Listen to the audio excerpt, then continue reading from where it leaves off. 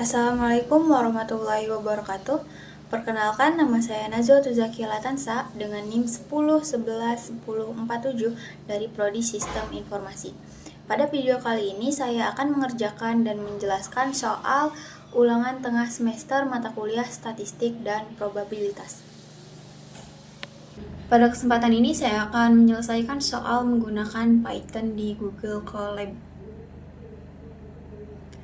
Pertama, saya mengimpor beberapa library yang diperlukan, yaitu NumPy, Statistik, Math, dan Pandas. Library ini digunakan untuk melakukan perhitungan statistik dan menampilkan hasil dalam bentuk tabel.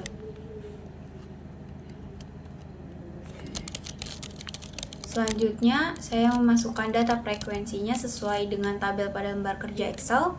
Data terdiri dari angka 4 hingga angka 10. Dan frekuensinya menunjukkan jumlah. Berikutnya, saya membuat data lengkap berdasarkan frekuensi tersebut, sehingga setiap nilai akan muncul sesuai dengan jumlah frekuensinya. Langkah ini bertujuan agar perhitungan median, dan modus dapat dilakukan dengan lebih mudah. Setelah data lengkap terbentuk, saya menghitung range, yaitu selisih antara nilai maksimum dan nilai minimum.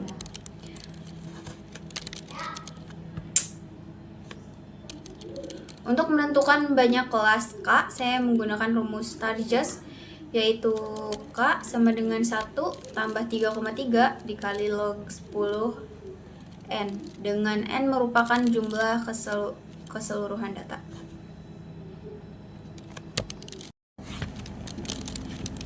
Kemudian saya menghitung median, dan modus dengan bantuan fungsi yang telah tersedia pada library Python. Terakhir, agar hasilnya lebih rapi dan mudah dibaca, saya menampilkannya dalam bentuk tabel menggunakan data frame dan library Pandas.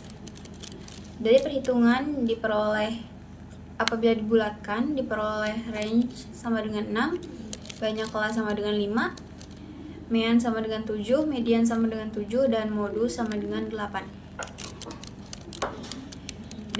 Dengan demikian, perhitungan statistik sederhana pada data tersebut telah berhasil dilakukan menggunakan Python.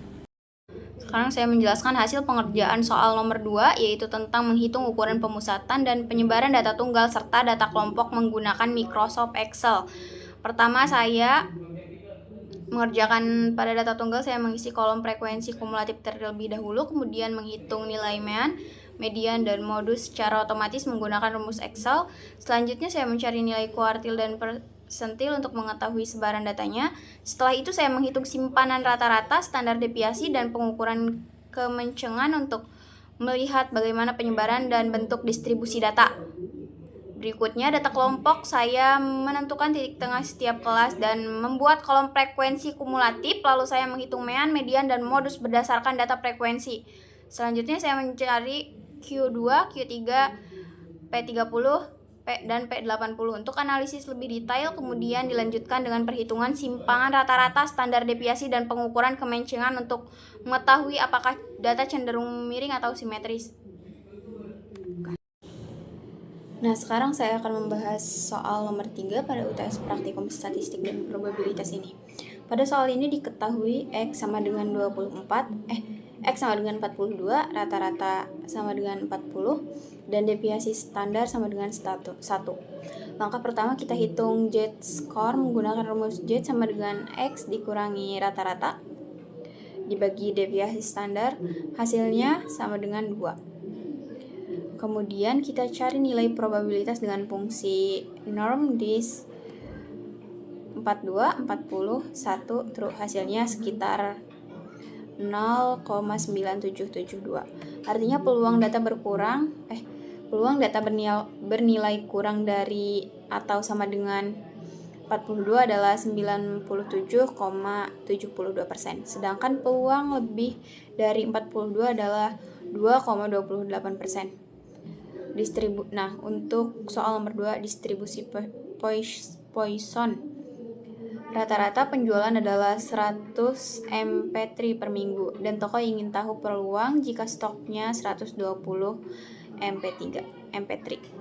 Untuk menghitung peluang toko kehabisan stok, digunakan rumus sama dengan 1 min Poisson titik dis 120 100 true. Hasilnya sekitar 0,0227.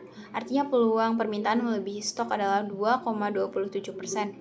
Selanjutnya, agar toko bisa memenuhi permintaan dengan tingkat kepercayaan 99%, kita cari banyak MP3 yang dibutuhkan dengan fungsi sama dengan Poisson.inv sama dalam kurung 0,99 sampai 100. Hasilnya 124.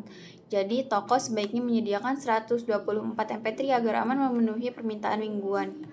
Nah, untuk soal nomor 3, distribusi binominal. Untuk soal terakhir diketahui pelemparan dadu sebanyak 10 kali dan kita ingin tahu peluang munculnya sisi 6 sebanyak 4 kali. Peluang keberhasilan sekali lempar adalah 1/6. Digunakan fungsi sama dengan binom.dis dalam kurung 4, 10, 1/6 false. Hasilnya 0,0543 atau 5,43%.